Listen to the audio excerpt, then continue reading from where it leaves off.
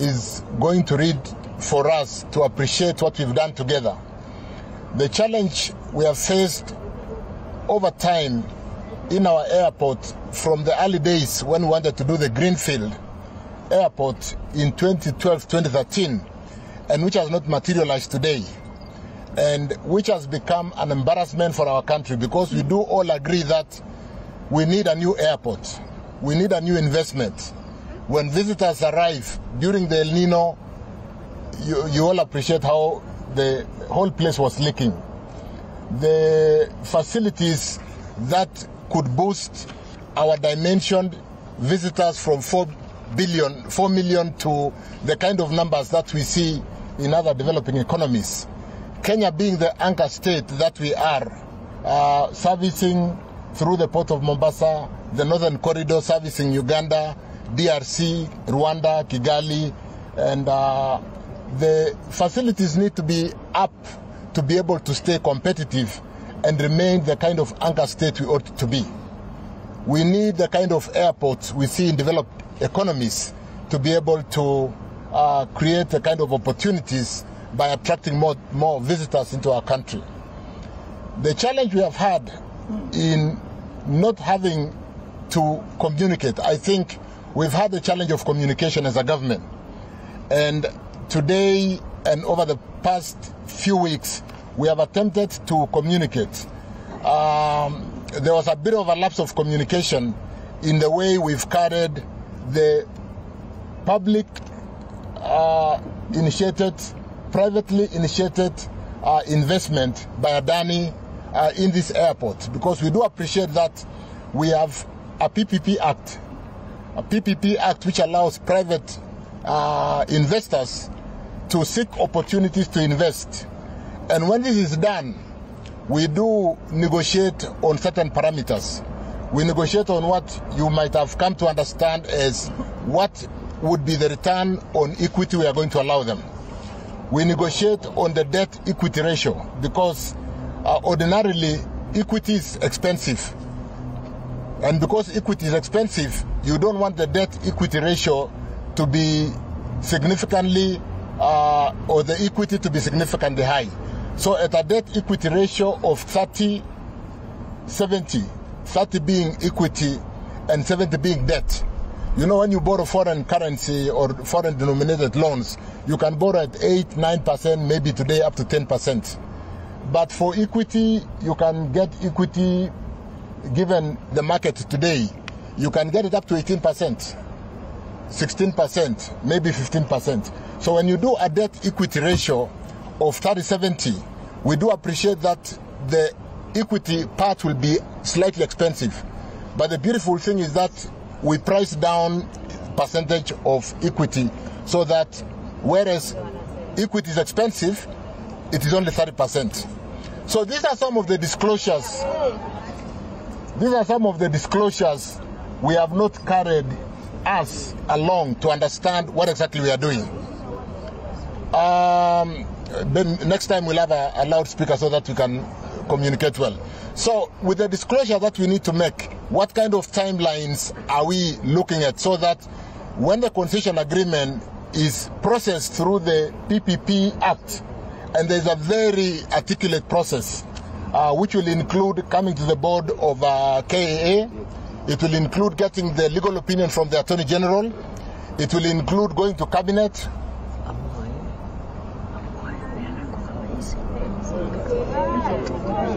it will include taking the concession agreement to Cabinet. And I want to assure you, Cabinet is here to protect the interest of our Kenyans.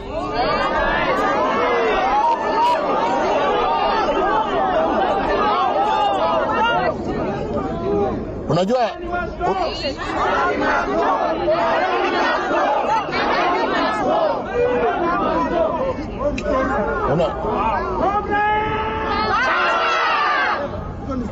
Jeni sawa, mtanisikiza na nitawasikiza pia, hakuna shida. I will listen to you and you listen to me. What we have agreed today, and why don't we be patient to each other? Kwa sababu si Secretary General amesema tumekubaliana na kuna maandishi tumekubaliana. So let me allow the SG to basically read through what we have agreed, how we are going to work together, and build consensus on way forward. And I don't see any point of divergence if we are talking to each other, if we are communicating. So we have agreed that we'll work with your Diema. So you are going to represent your members. Ama itakuwa namna gani?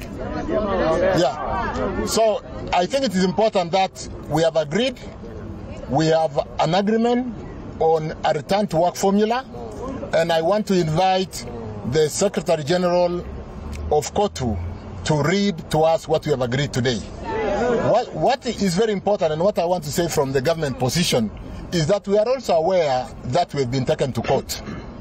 This presents a good opportunity to present all the documents to court in a form of a public participation, because maneno ikienda kotini, all the documents will be put out there. And this is part of the communication that will help us as government to continue communicating, continue public participation, and ensure everybody does get what the government is seeking to do, to basically employ the PPP framework to open our infrastructure in roads. I also represent roads. To open our infrastructure in airports, to open our infrastructure in schools for our students, and so on and so forth. So I want to thank you, Brother Atwoli, for being with us this afternoon, for reaching that consensus agreement on a return to work formula. And let me now invite you, sijui kama Diema atasema kidogo, but you can manage the program from there. Asanteni sana. Thank you so much. Yeah.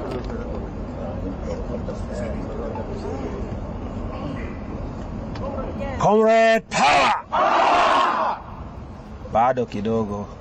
Comrade power! You are great people. Nyinyi ni watu wa nguvu. Katibu atawasomea yale tumesema. But what I can say on my part very briefly ni kwamba hatujesema sisi tumekubali Adani. Haya, tulia. Pili,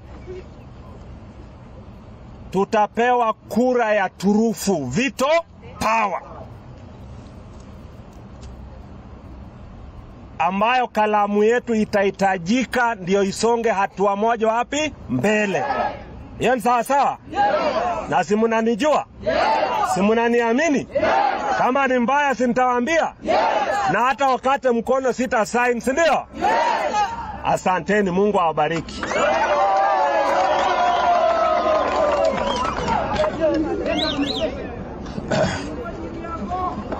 Umesikia hiyo? Vile Ndiema amesema ni ya kwamba we as a trade union and your trade union, you will move together with management and government kwa hii issue mpaka mwisho. Kwa hivyo vile Ndiema anasema hii agreement haisemi ya kwamba from today mambo yote imekwisha. It's a process, ndio. Na kwa hii process we have gotten a stake ya kwamba ni lazima tutakuwa ndani kabisa. Wale watu waliokuwa katika huu mkutano under the chairmanship, able chairmanship of CS, ilikuwa ni mimi, Francis Atwoli from COTU. We had my chairman general, Reverend Joel Kandie Chebi. We had Mr. Mohammed Dagar, CBSPS Transport, Mr. Alan Kilavuka, Group CEO and MD of Kenya Airways. We had Mr. Henry Ogoe, Acting MD or CEO, Kenya Airport Authority. We had also Brother Mos Ndiema, General Secretary.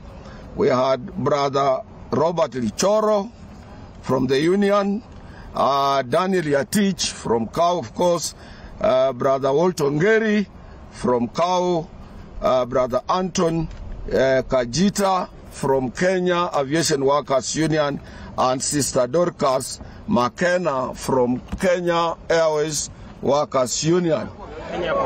Kenya Aviation Workers Union.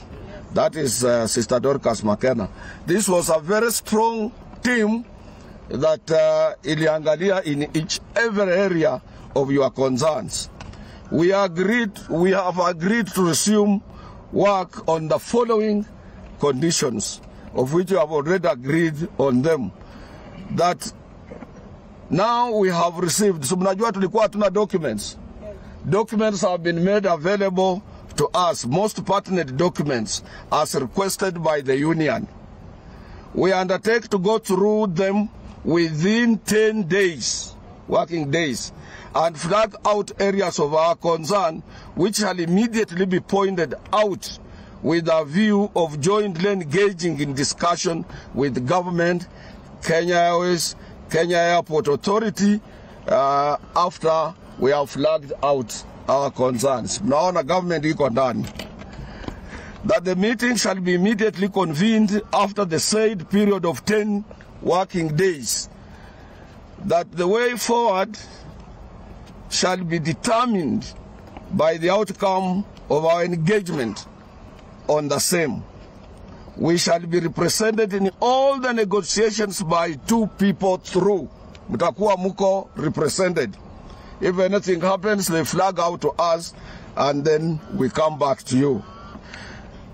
Number 4, that the parties, that is government, Kenya Airport Authority, shall is mandatory, shall not enter into any final agreement or append their signatures without concurrence with the Kenya Aviation Workers Union. Si hapo mko covered? Shenzi sana. That the Kenya Airports Authority and Kenya Airways management should expedite collective bargaining agreements, those CBAs, pending CBAs negotiations within 2 months. Pia hiyo tumeweka mambo ya negotiation ya mishahara ndani. That there shall be no victimization on either party or parties, employers or workers as a result of this strike. Hakuna mtu atafutwa kazi ama atapatiwa warning. Earlier court case between Kenya Airports Authority and KAWA, on the notes given on 12th August 2024 should be withdrawn. That case number is ELRCC E648/2024. Watoe hiyo kesi. Alafu number 7, this is the government's position now. Already the matter is before the court, and therefore the government will use the court process to ensure that all relevant information is made available to the court and all other stakeholders to facilitate clarity and understanding on the development of this major national infrastructure. Hapo government inakubali. Inasema hakuna document yeyote ambayo ni ya mahana haitapatikana kwa wale ambao ni stakeholders. Na mimi nimeambia, with us we are not stakeholders. We own the stake. The stake is for workers. So anything coming out of whatever or any information, it will be passed through our parent trade union KAWA. Lastly, that the acting managing director, Mr. Henry Ogoe, undertakes to dialogue, communicate, and engage the registered and accredited trade union officials. Ofisi ya bwana MD wa Kenya Airport Authority itakuwa wazi kwa mambo ya majadiliano. Kwa kitu chochote ambacho ni cha dharura kinachotokea, watakuwa wanashauriana na ofisi ya bwana Mos Ole Ndiema, ofisi ya KAWA. This document is signed by Henry Ogoe, Acting Managing Director, CEO Kenya Airport Authority, Mr. Alan Kilavuka, Group CEO and Managing Director of Kenya Airways, and Brother Moses Ndiema, General Secretary of Kenya Aviation Workers Union. Kama mlisikia sasa, you are covered, you are safe, mtakuwa na watu wenu. Sasa hakuna negotiation ya kwamba bwana Ndiema angojee barua kutoka kwa mtu yeyote. Mtakuwa mnapata, amesema atakuwa na economist na lawyer ndani ya hiyo mipango yote ya negotiations.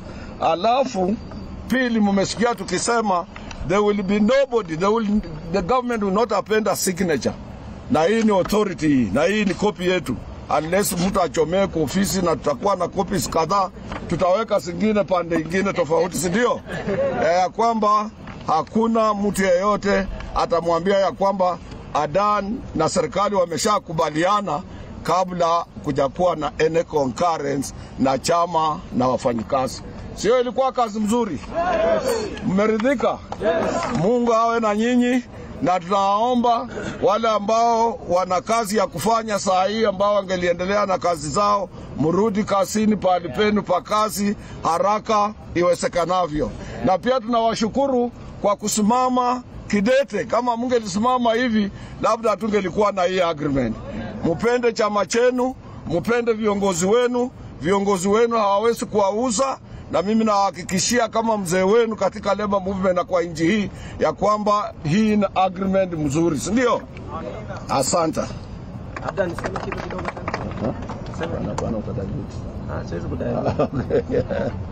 sana. Sasa tumemaliza mgomo, si ndio? Yes. Now program ya kurudi kazi, labda kuna wale wanahitajika kuwa kazi saa hizi, hamko kwa uniform.